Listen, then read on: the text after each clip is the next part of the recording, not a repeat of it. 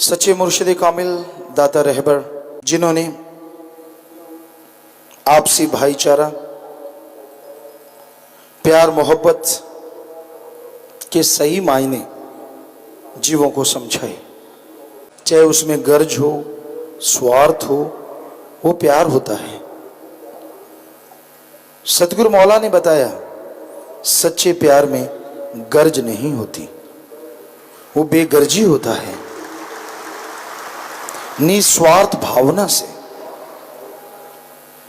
और जो निस्वार्थ भावना से प्यार करते हैं, बेगर्ज मोहब्बत करते हैं, मालिक उन्हें अपनी कृपा से, दया में रहमत से हमेशा नवाजता रहता है।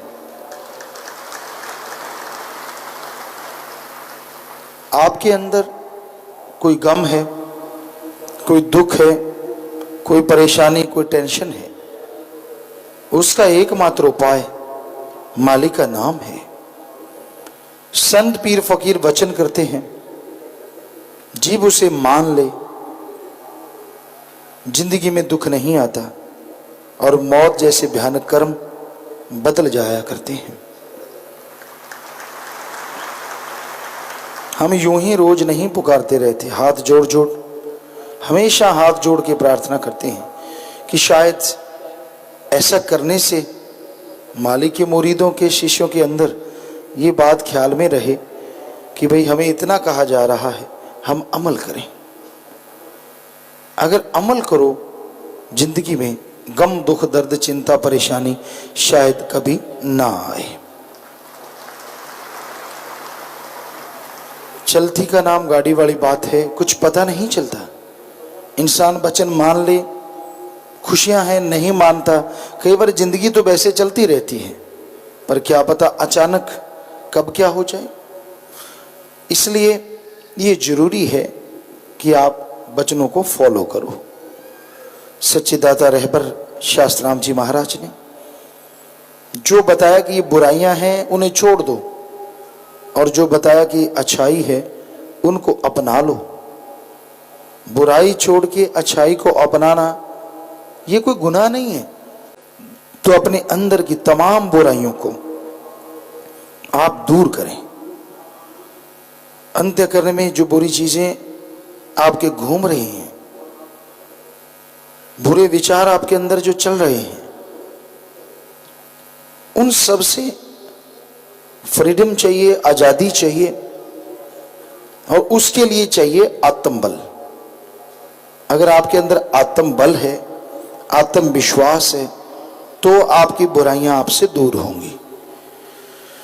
वरना कबीर जी ने लिखा है कि भाई मन की आदत छोड़ना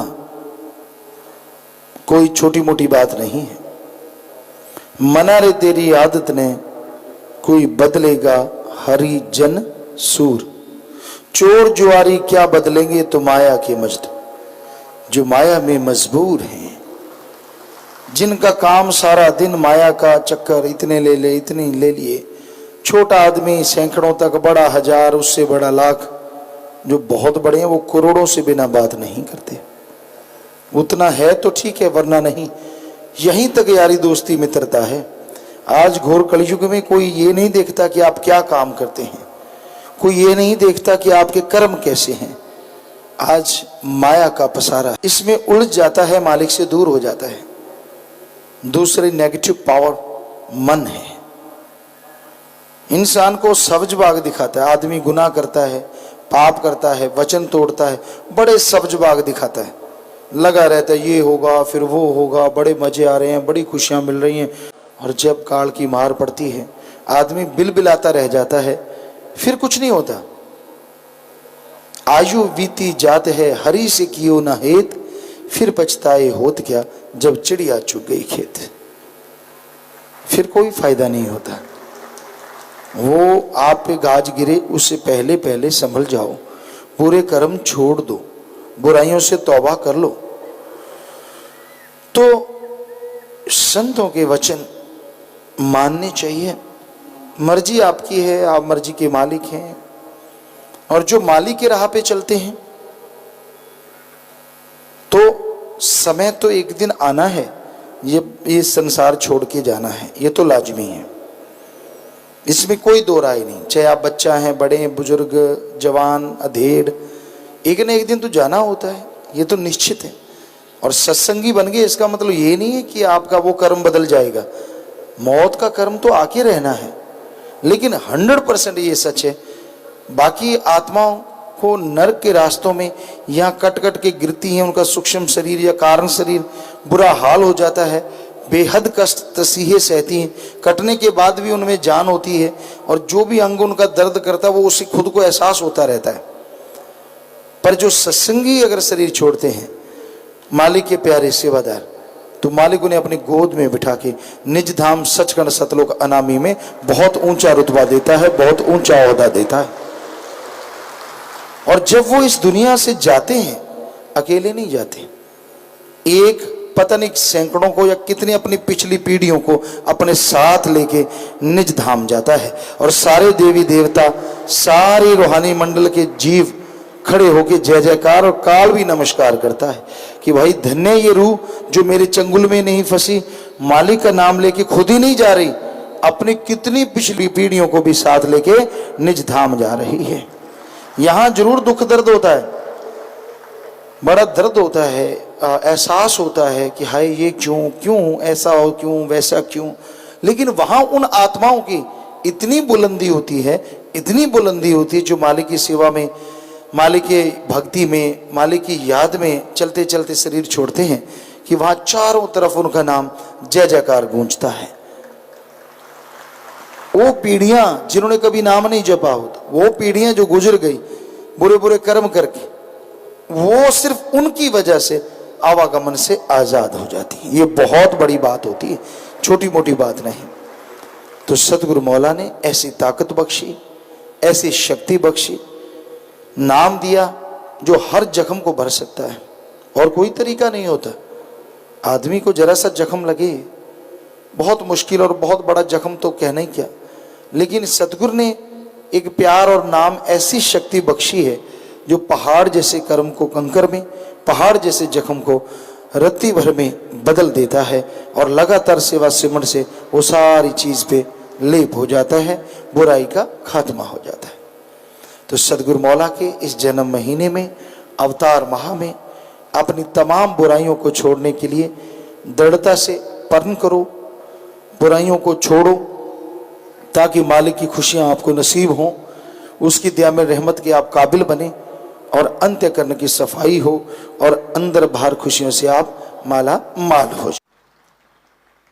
तो अंदर बाहर की कमियों को दूर करने का इससे बढ़िया कोई तरीका नहीं, और इतना बढ़िया तरीका साईं मस्ताना जी, परम पिता शास्त्रनाम जी, दाता रहबर ने हमें बताया, जो बड़ा ही आसान है। पहले होता था जंगलों में जाओ, शोर शराबा बिल्कुल ना हो, एकांत जगह हो, शुद्ध वातावरण हो, उसमें फिर बैठो, फिर टाइम लगाओ, फिर सुन समाधि में जाओ, जिसमें कई साल तो सुन समाधि तक पहुंचने में लग जाते थे, क्योंकि शरीर के अंदर जो भी चक्र हैं उनको पार करते करते करते करते लटकते लटकते कहते घिसट घिसट के बड़ी मुश्किल से पास पहुंच। और ये सतगुरु मौला ने कमाल ही कर दिया। आप अपने घर में रहो, बाल बच्चों में रहो, हाथों पैरों से कोई भी कर्म करते रहो, नेक भले कर्म, और जीवा ख्यालों से राम का नाम जपते रहो, और सुबह शाम घंटा भी सुबह शाम बैठते हो, तो कुछ महीनों में ही मालिक की वो तमाम खुशियां मिलनी शुरू हो जाएंगी, नज़ारे शुरू हो जाएंगे। इतना आसान तरीका। आप लेटे हैं तो सुमरन, बैठे हैं तो सुमरन, काम धंधा कर रहे हैं, कहीं भी आप सुमरन करो सही। देखो है कमाल, कितनी छूट है। और पर है ये घोर कलयुग, फिर भी जीव को यूं लगता नहीं, बड़ा मुश्किल है भाई, राम नाम जपना बड़ा ही मुश्किल है। अब कई सासंगत पूछने लग गई, हमने कहा पूछा करो, आज सुमरण किया कि नहीं, सेवा कैसी चल रही है, मालिक से प्यार कैसा, कि रोज आना, जब भी आप एक दूसरे को एक बार जरूरी है, बार बार तो नहीं, जब पहली बार आप फर्स्ट टाइम एक दूसरे को मिलते हैं तो ये जरूर पूछो, एक दिन में नारा लगाओ, सुना भी तेरा सुमरण कैसा, आज सुमरण किया, सेवा चल रही है, मालिक से प्यार कैसा। तो शायद शर्म की वजह से ही लोग कुछ कुछ सुमरण करने लगे, चाहे 2 मिनट ही करना पड़े, पर कहने वाले तो बन गए ना, मैंने आज किया है। धीरे धीरे ये भी पूछवाना शुरू कर देंगे कितना करता है। एक बार तो यही काफ़ी है, क्योंकि अभी से ऐसा हो गया तो गड़बड़ हो जाएगी। तो अब ये बहाना है कि 2 मिनट ही सही, चले यार उठ के, बड़ा ही, कई तो कहते बड़ा ही पंगा हो गया।